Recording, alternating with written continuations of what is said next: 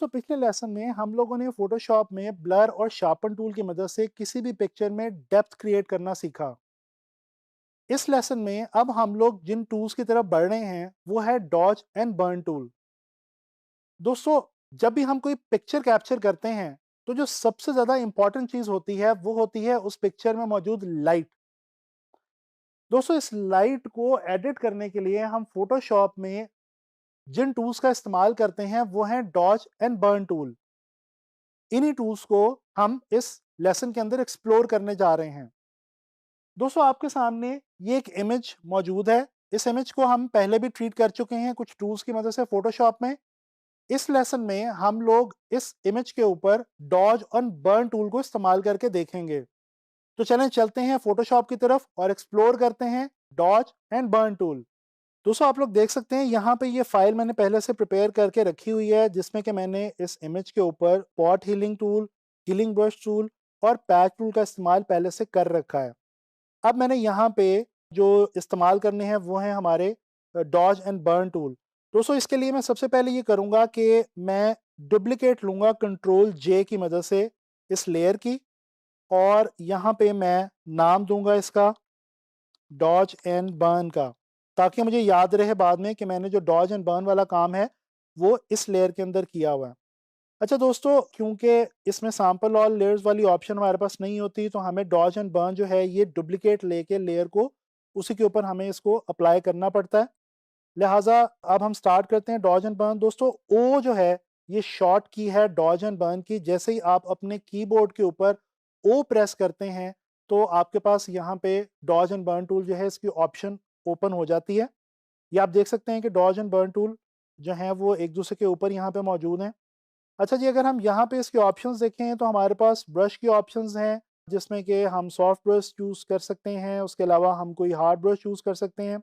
फिलहाल हमने यहाँ पे एक सॉफ्ट ब्रश जो है वो ऑलरेडी चूज़ किया हुआ है। इसके बाद यहाँ पे एक ऑप्शन है shadows, mid tones and highlights.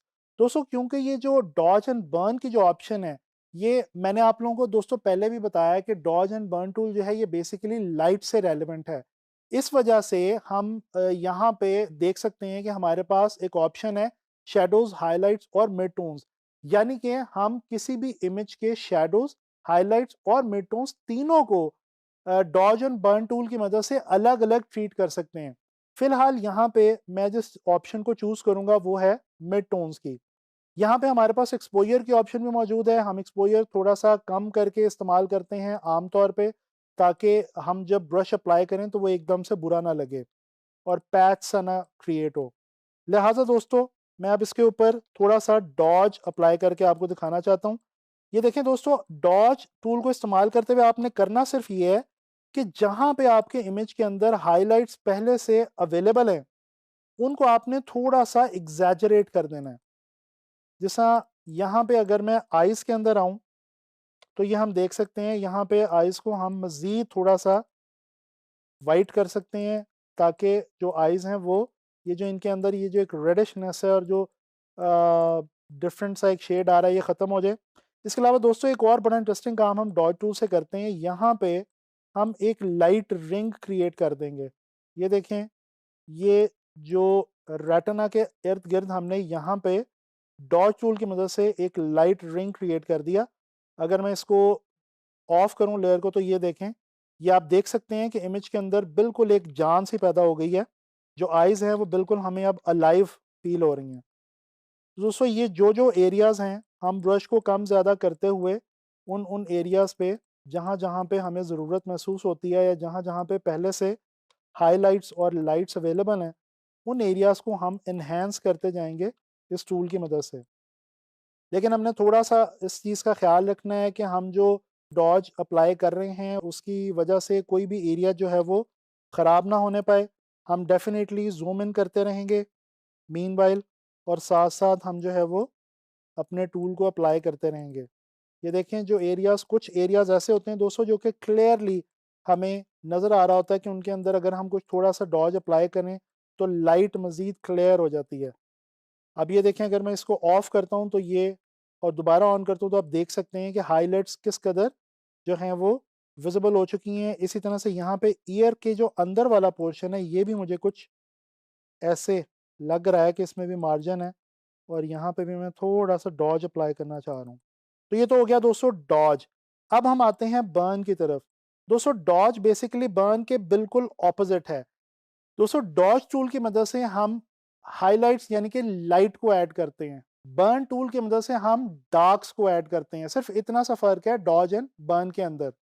तो दोस्तों अब ये बर्न को लेके मैं क्या करूंगा कि जो एरियाज मुझे थोड़े थोड़े डार्क लग रहे हैं, जैसे ये आईब्रोज हैं इसकी, इनको मैं हल्का सा डार्क करूंगा।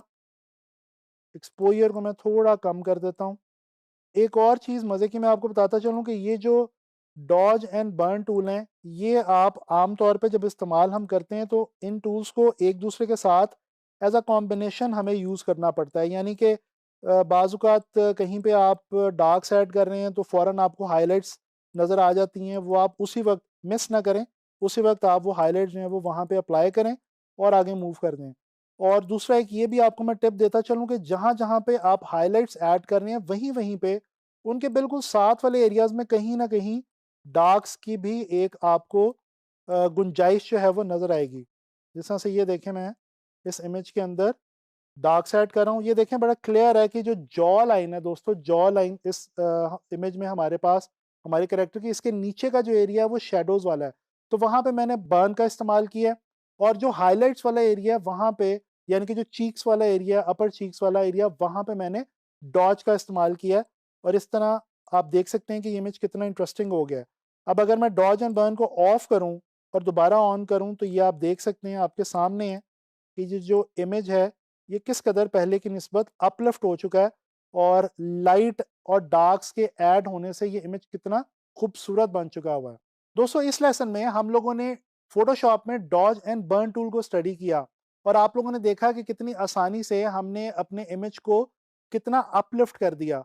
दोस्तों इन दोनों टूल्स को इस्तेमाल करते हुए आप किसी भी इमेज को बहुत ज़्यादा इंटरेस्टिंग और विजुअली अट्रैक्टिव बना सकते हैं। फोटो एडिटिंग के अंदर डॉज एंड बर्न टूल को बहुत ज़्यादा इंपॉर्टेंस हासिल है। दोस्तों आगे चल के जब आप लेआउट्स क्रिएट करेंगे पोस्टर्स की, मैगजीन्स की, न्यूज़पेपर एड्स की, उस वक्त आपको अपने इमेजेस को इंटरेस्टिंग बनाने के लिए और उनमें ड्रामेटिक इफेक्ट को पैदा करने के लिए इन दोनों टूल्स का बहुत इस्तेमाल करना पड़ेगा। मैं उम्मीद करता हूं कि आपको डॉज एंड बर्न टूल समझ में आ गए होंगे। अब आप लोगों ने इन दोनों टूल्स की बहुत ज़्यादा सारी प्रैक्टिस करनी है। नेक्स्ट लेसन में मिलते हैं कुछ मज़ीद मज़ेदार टूल्स के साथ।